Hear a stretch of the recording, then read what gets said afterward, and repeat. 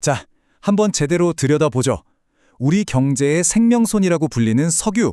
이 석유가 저 멀리 떨어진 유전에서 우리가 사는 도시까지 과연 어떤 거대한 여정을 거쳐서 우리 손에 들어오게 되는 걸까요? 지금부터 그 복잡하고 거대한 흐름을 함께 따라가 보겠습니다. 이 사진 좀 보세요. 정말 복잡하게 얽혀 있죠? 바다와 대륙을 가로지르는 이 석유 운송은요, 그야말로 거대한 물류전쟁과도 같아요.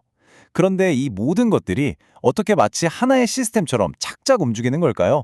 그래서 오늘의 핵심 질문은 바로 이겁니다. 100만 배럴. 이 어마어마한 양의 석유를 옮기는 가장 좋은 방법은 과연 뭘까요?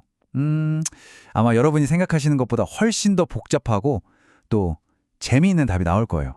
자, 그럼 이 거대한 퍼즐의 첫 조각부터 한번 맞춰볼까요? 바로 전 세계 석유 운송망의 뭐랄까 대동맥이라고 할 수 있는 가장 규모가 큰 녀석들부터 살펴보겠습니다. 네, 바로 유조선과 송유관, 이 두 가지가 바로 그 주인공입니다. 자, 하나하나 자세히 보기 전에 이 둘이 각각 어떤 장단점이 있고 또 어떤 역할을 하는지 큰 그림부터 딱 잡아드릴게요. 일단 대륙에서 대륙으로 바다를 건너야 한다? 그러면요, 이 유조선을 따라올 게 없습니다. 진짜로요.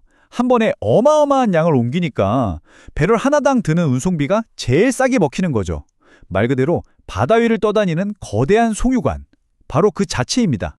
근데 이 거대한 배가 그냥 쇳덩어리가 아니에요. 그 안을 들여다보면 정말 최첨단 기술들로 꽉 차 있거든요. 실시간으로 날씨를 분석해서 가장 빠른 길을 찾아내고 또 자동운항 기술로 사람의 실수를 줄여주고요.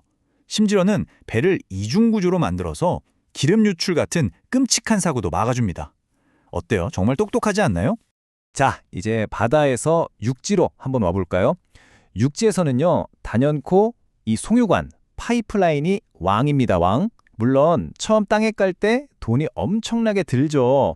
하지만 일단 한번 만들어 놓으면 그냥 24시간, 365일 내내 어마어마한 양의 기름을 쉬지 않고 보낼 수 있는 거예요. 여기서 진짜 신기한 기술이 하나 나오는데요. 바로 디지털 트윈이라는 겁니다. 이게 뭐냐 하면 말 그대로 현실에 있는 이 긴 파이프라인을 컴퓨터 안에다가 가상으로 똑같이 쌍둥이처럼 만들어 놓는 거예요. 그럼 어떻게 될까요? 그렇죠. 컴퓨터 속 쌍둥이를 보면서 실제 파이프라인에 무슨 문제가 생길지 미리 예측하고 고장나기 전에 딱 고칠 수 있는 거죠. 이건 정말 엄청난 혁신이에요. 송유관 하면 사실 제일 중요한 건 딱 하나입니다. 바로 안전이죠. 생각해보세요. 수천 킬로미터나 되는 관인데 이걸 24시간 내내 감시하면서 아주 작은 기름 유출이라도 놓치지 않고 바로 찾아내야 하잖아요. 모든 기술이 바로 여기에 집중되어 있다고 보시면 됩니다. 자, 그럼 이제 퍼즐의 다음 조각을 맞춰볼까요? 배랑 파이프라인이 우리 몸의 대동맥이라면 이제는 그 피를 온몸 구석구석으로 보내주는 모세혈관 같은 것들을 볼 차례입니다. 그러니까 항구나 정유 공장에서 우리 동네 주유소까지 그 마지막 구간을 책임지는 것들이죠. 네, 바로 철도와 트럭입니다. 이 둘은 대동맥과 모세혈관을 이어주는 중요한 연결고리 역할을 하는데요. 둘 다 배나 파이프라인보다는 훨씬 작고 빠르죠. 하지만 맡은 임무는 또 완전히 다릅니다. 철도는 언제 활약하냐면요. 특히 파이프라인이 없는 내륙 깊숙한 곳으로 꽤 많은 양의 기름을 보내야 할 때 그때 정말 중요합니다. 송유관을 까는 데는 몇 년이 걸릴 수도 있지만 철도는 이미 있는 선로를 이용하면 되니까 훨씬 빠르잖아요. 그런 의미에서 정말 중요한 다리 역할을 하는 거죠. 그리고 이 기차도 그냥 달리기만 하는 게 아니겠죠? 요즘은 다 똑똑해요. GPS로 지금 어디쯤 가고 있는지 실시간으로 다 보고 화물칸의 기름 온도는 괜찮은지 문제는 없는지 계속 확인하고요. 심지어 기차가 덜컹거리면 충격까지 감지해서 혹시 모를 문제에 대비합니다. 자, 그리고 드디어 우리에게 가장 익숙한 얼굴이 등장합니다. 바로 탱크 트럭이죠. 이 트럭들이야말로 진짜 모세혈관이에요. 공급망의 가장 마지막 단계에서 우리 동네 주유소, 공장, 필요한 곳곳에 기름을 직접 가져다 주니까요. 이 기동성과 유연성은 정말 아무도 못 따라옵니다. 물론 이 마지막 단계에서도 기술이 빠질 수 없죠. 위험한 순간에 자동으로 브레이크를 밟아주는 기능이라든지 혹시 기름이 새는지 실시간으로 감지하는 센서, 그리고 환경을 생각해서 배기가스를 줄이는 시스템까지. 정말 꼼꼼하죠. 자, 그런데 만약에 정말 긴급한 상황이라면 어떨까요? 예를 들어서 저 멀리 어딘가에 기름이 필요한데 그냥 필요한 게 아니라 어제 당장 필요했던 상황이라면요?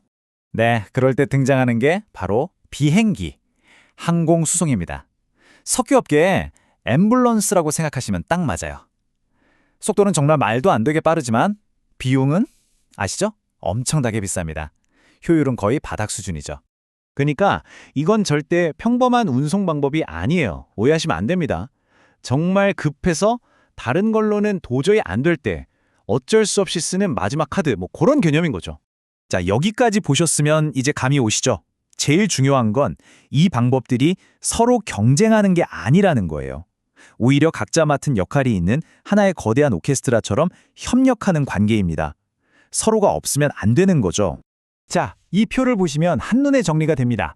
유조선, 장거리 대량 운송의 최고지만 단거리엔 영 아니죠. 트럭은 반대로 단거리에서는 최강이지만 이걸로 대륙 횡단을 할 수는 없잖아요. 이런 식으로 각자의 장점과 단점이 딱딱 톱니바퀴처럼 맞물려서 돌아가면서 이 거대한 글로벌 석유 운송망이 완성되는 겁니다. 정말 기가 막힌 시스템 아닌가요? 그리고 이 시스템은 여기서 멈추지 않아요. 계속해서 발전하고 있죠. 앞으로는 자동화 기술이나 친환경 기술이 더 많이 도입돼서 이 모든 과정을 더 안전하고, 더 싸고, 그리고 더 깨끗하게 만들려고 노력할 겁니다. 지금 우리가 본 이 거대한 시스템은 사실 지난 수십 년간 오직 석유만을 위해서 완벽하게 만들어진 거예요. 자, 그럼 마지막 질문입니다. 이제 석유 시대가 저물고 있잖아요. 그렇다면 수소나 전기 같은 우리 미래의 에너지는 과연 어떤 모습의 물류 시스템을 타고 우리에게 오게 될까요? 정말 흥미로운 질문 아닌가요? 한 번쯤 생각해 볼 만한 주제인 것 같습니다.